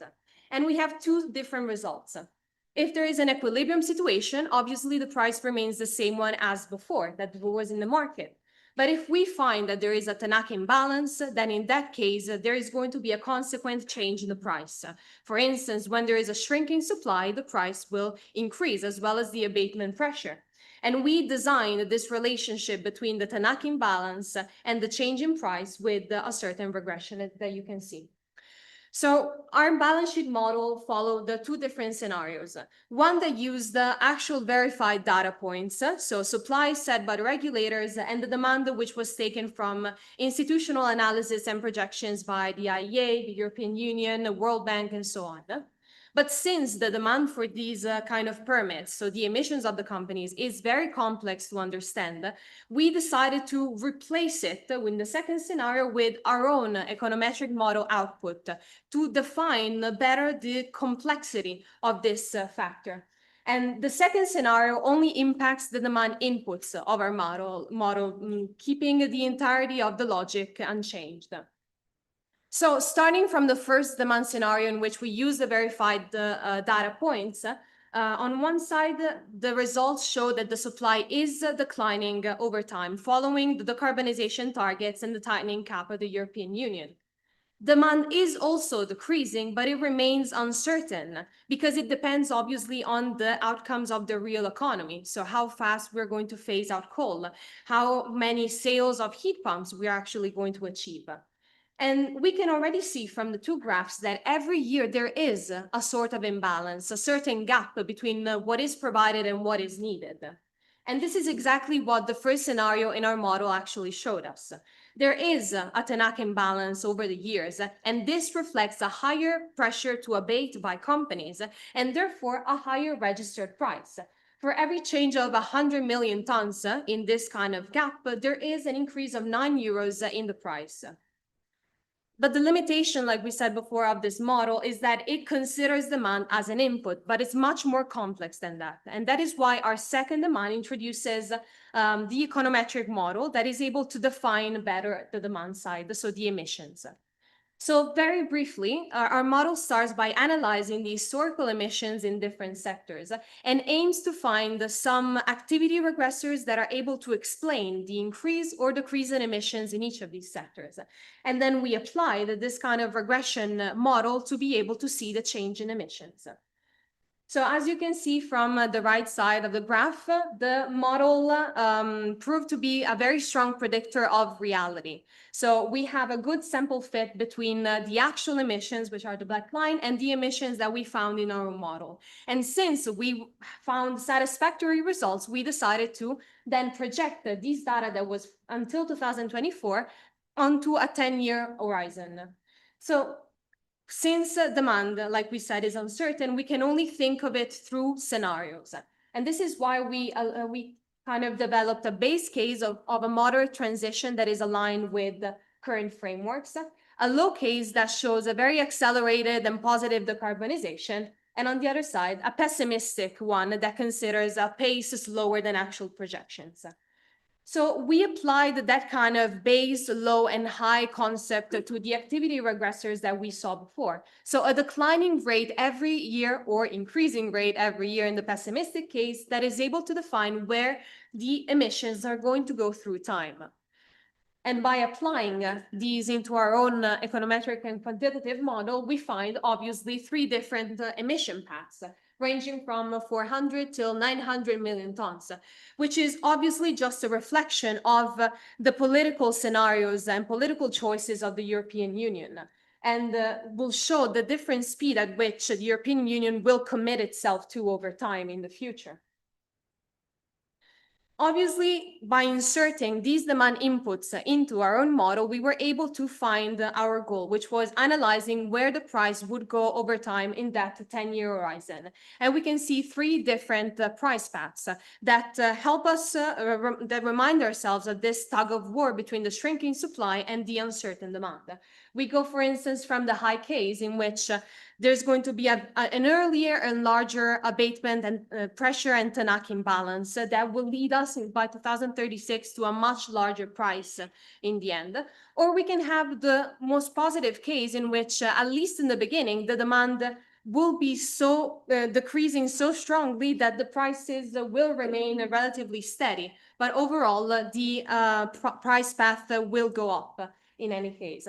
And we found that this, our model shows exactly the design of the ETS, meaning that it is designed to be a flexible mechanism that aims to incentivize companies to find the cheapest way possible to reduce emissions in the short run, while making inaction in the long run much more expensive. So it doesn't tell companies how they should reduce emissions, but it just makes it the rational choice to do so. An additional framework that we decided to actually understand is the new and upcoming ETS2 system, which is going to bring a lot of different concepts, as it will cover building and transport, and therefore it requires a different compliance model following the regulated fuel distributors, an initial price cap to measure and protect against volatility, and obviously a lot of uncertainties that are still related to the fact that it has a direct impact on energy costs. In any case, the integration of this into our balance sheet would require structural changes. Like you can see here, we analyzed that we would need new emission sources, new abatement technologies, new price-triggered MSR considerations, but that the expected result of this integration into our balance sheet would be a wider coverage of all the different emissions, and while ETS2 would have an initial volatile price, the long-run outcome will always be a price convergence between the two systems and a single unified European carbon market. So by considering our entire project, me and my colleagues developed a working customizable tools that plenitude traders and workers can actually use to stress test assumptions and understand better the dynamics of the ETS market. We have understood that both supply and demand decrease over time to align with the decarbonization targets, but that demand remains uncertain, and we can only think through it in terms of scenarios. We have seen that the long-run outcome of the market is eventually an increase in prices that will lead companies to introduce greener technologies to abate emissions, and that finally the ETS2 framework is an additional frontier that must be considered and could possibly be integrated into our model. And lastly, as phase 4 data of the ETS system accumulates, we could also introduce additional regressors and estimation windows to make the model much more reliable and accurate in the long run. So with this, I thank you for your attention. I thank my colleagues, Luigi, Robert, and Aristos for developing this project together, and all the MEDEA and university staff for this event.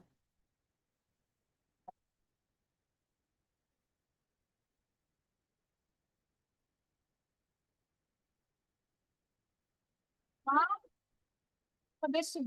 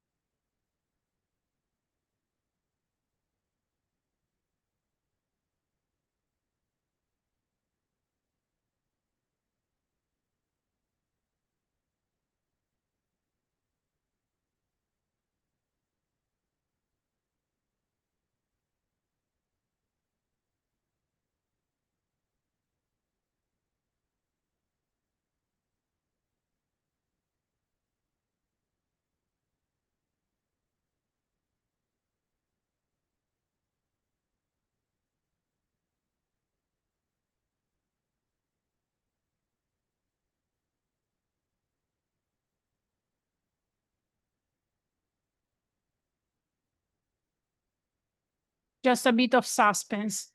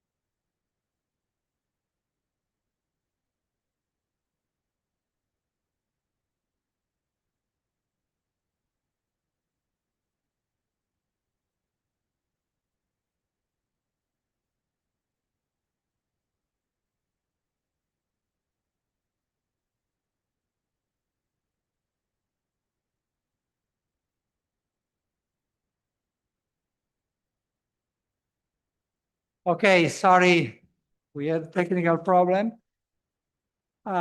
This is the moment of the awards. You know, before giving the degrees, we have, as you know, two awards. One is the Latel Awards, and the other one is the Nobel Award. Latel Awards is an award that basically you gave with your anonymous vote to the students that, according to you, helped more the other people who are the best in helping people in expressing harmony within the class, generosity.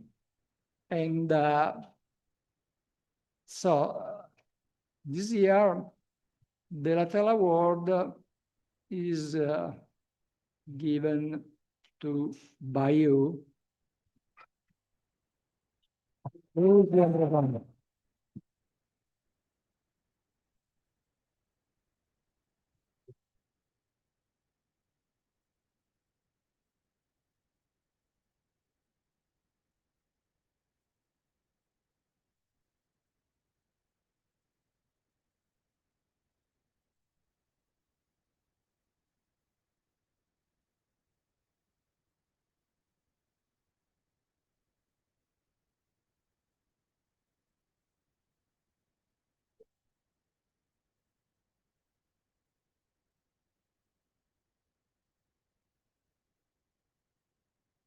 Let's read the statement. For expressing at best the values of generosity, collaboration, inclusion, and respect for diversity during the Master Medea 25-26, giving a valuable contribution to the harmony and good functioning of the class. Bravo, Luigi. Okay, now is the moment of Novelli Award, many good projects this year, not easy to choose. You have seen two projects, they were very, very good. The Novelli Award is given to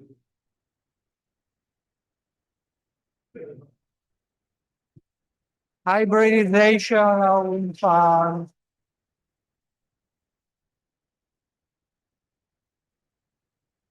Oh.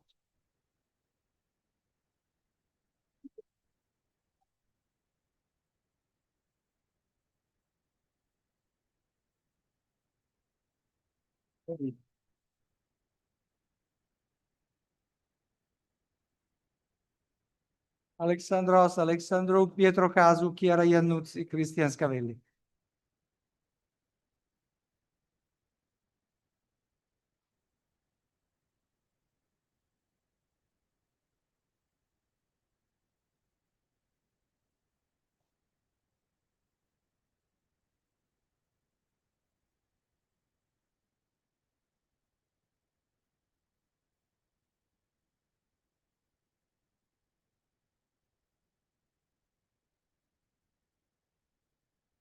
Okay, bravi. Now it is the moment that you were waiting for one time. The degrees, as you know, these are not the formal degrees. The formal degrees will be issued by the University of Pavia, but that will take some months. These are certificates that state that you get the degrees. I am proud to say that all the students get the degree. That is something that happens not always, but I mean, in this last year it is happening. That means that we are choosing well. I am going to call you following the alphabetical order, and you come here, and Stefania, Silvia, Tugi, Antonella. Antonella, if you want to, Marcella, io li chiamo. Beh, no, poi me, lo devo dire.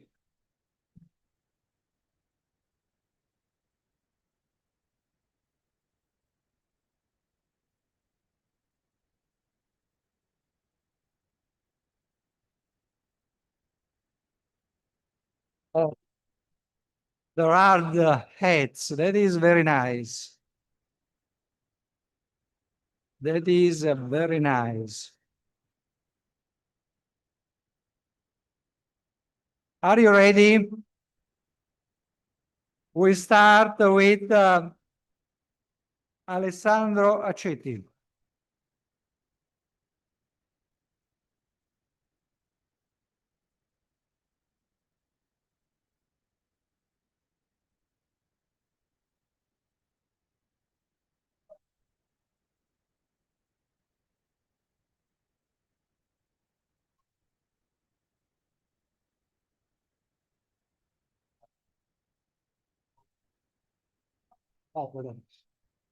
Alexandros Alexandrou. Cyprus.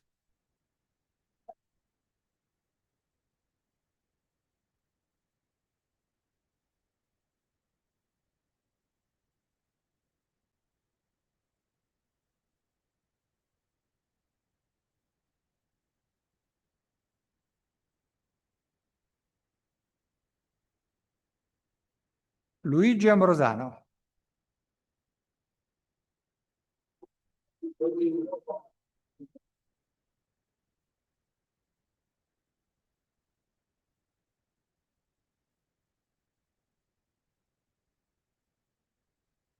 Domitilla Patrizia Amico.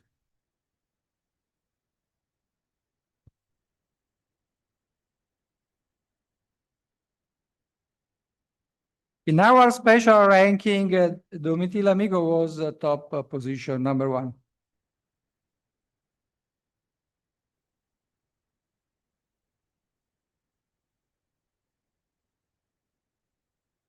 Flavia Antilici.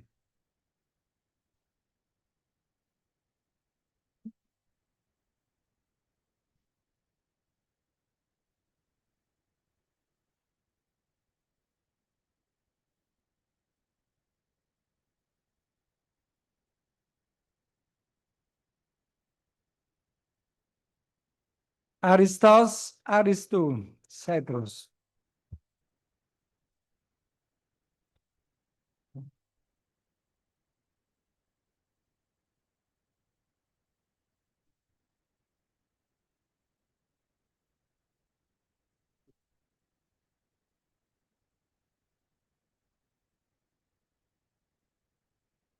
Tommaso Benedetti.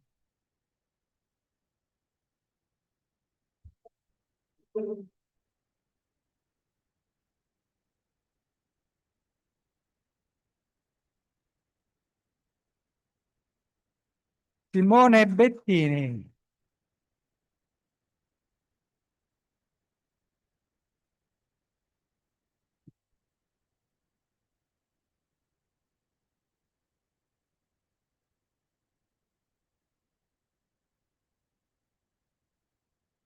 Giorgio Bussiglieri.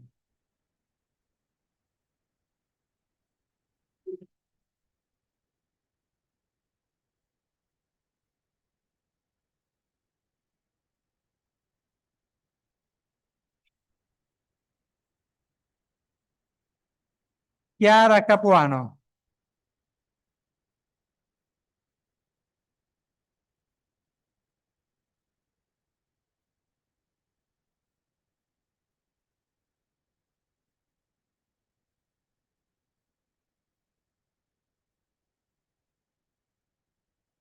Pietro Casu.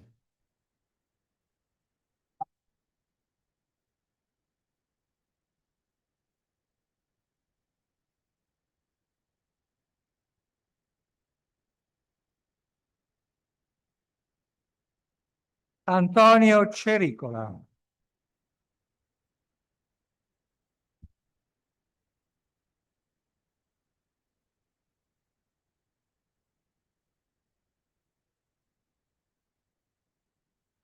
Filippo Della Porta.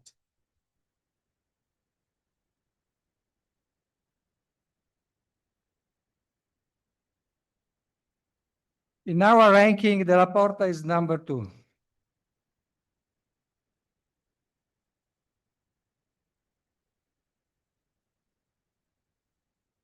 Elo Kanisa Devi. Indonesia.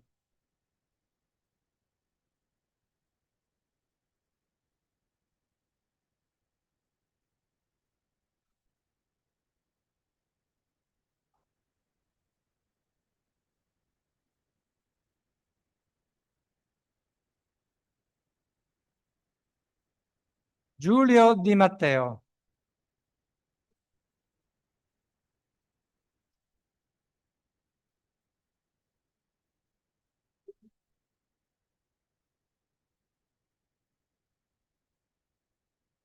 Davide Dotta.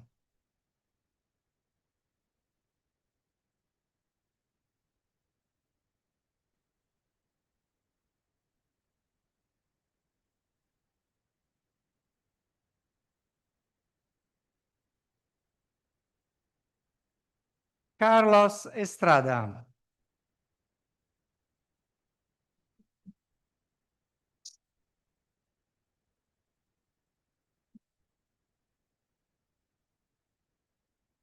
Federico Francavilla.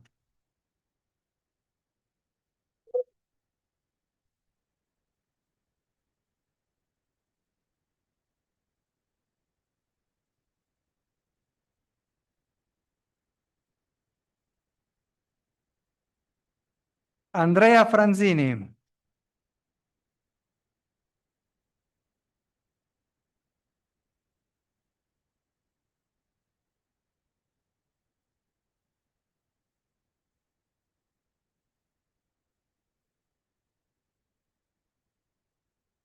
Mohamed Ikam Garami from Algeria.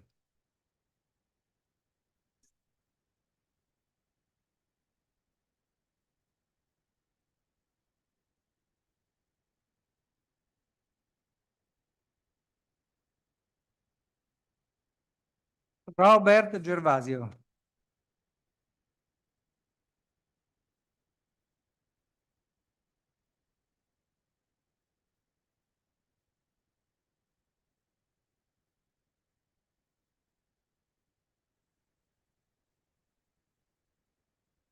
Aurora Gricia.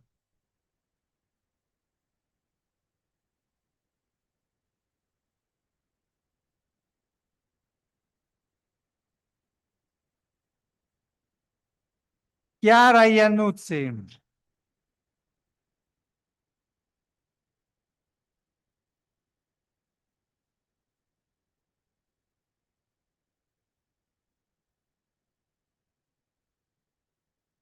Nurlibek Khaliullin, Kazakistan.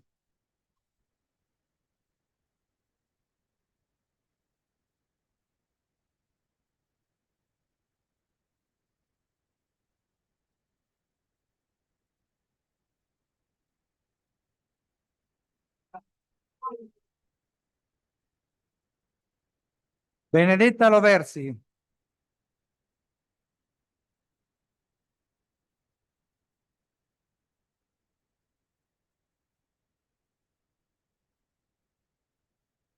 Davide Luzzini.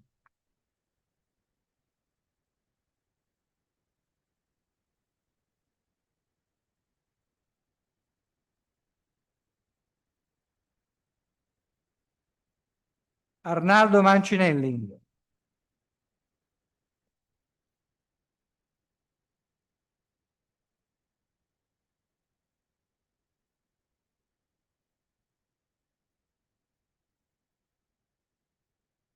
Angelo Giovanni Marano.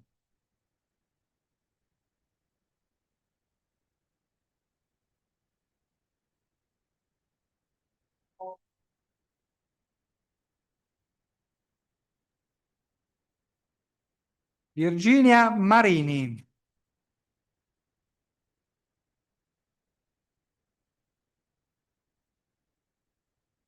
Virginia Marini is number 3 in the ranking.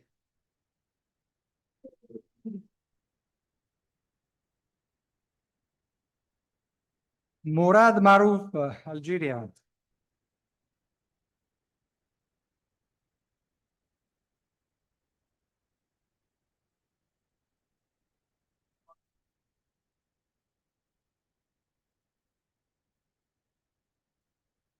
Valerio Martucci.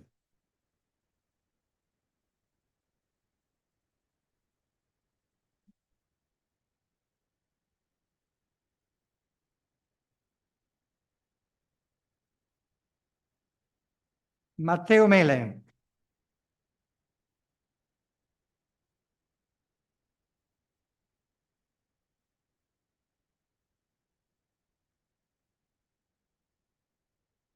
Sophie Nguebana, Congo.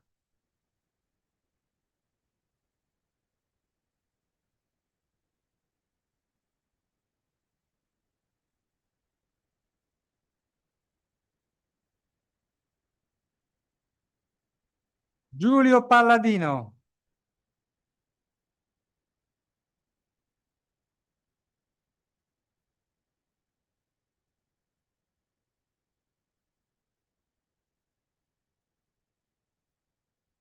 Antonio Ranieri.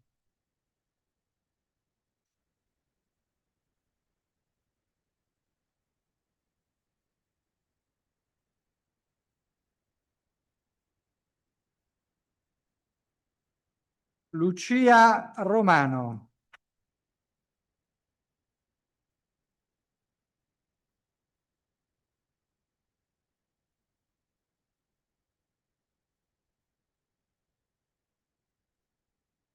Ari Saputra, Indonesia.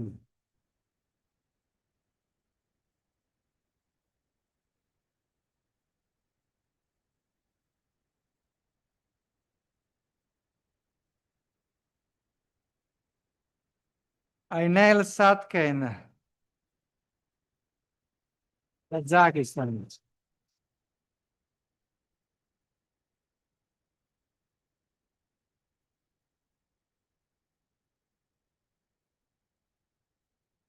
Cristian Scavelli.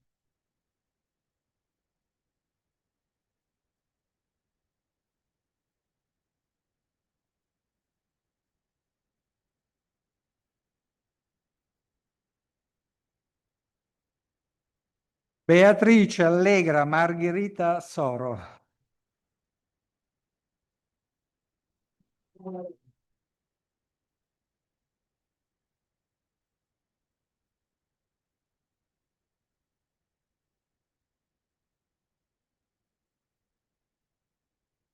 Pangage Marc Soro.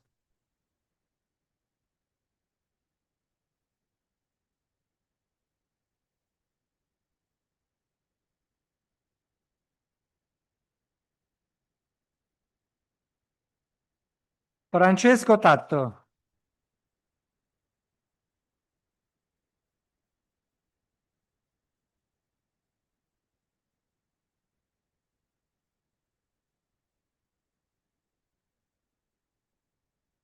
Orlando Ubertone.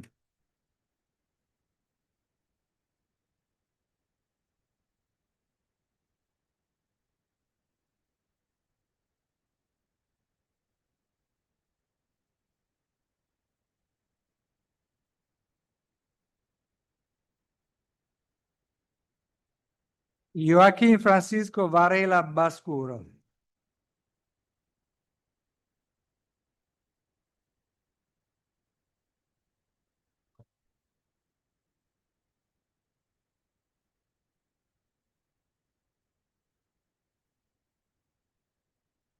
Rizky Ayu Wulandari, Indonesia.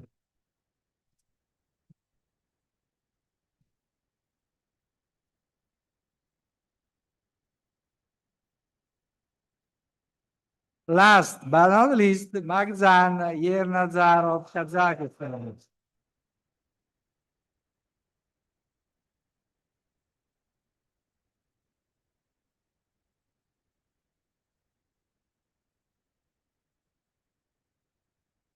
Bene, that's the end of the ceremony. Grazie a tutti. Thanks all.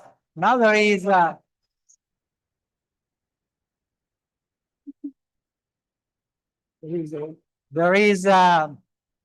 buffet. There is a Okay, so we have a buffet. It's in the last cloister. So you just exit and keep straight. Uscite, andate dritti, è nell'ultimo cortile, ok? Quello con il pozzo.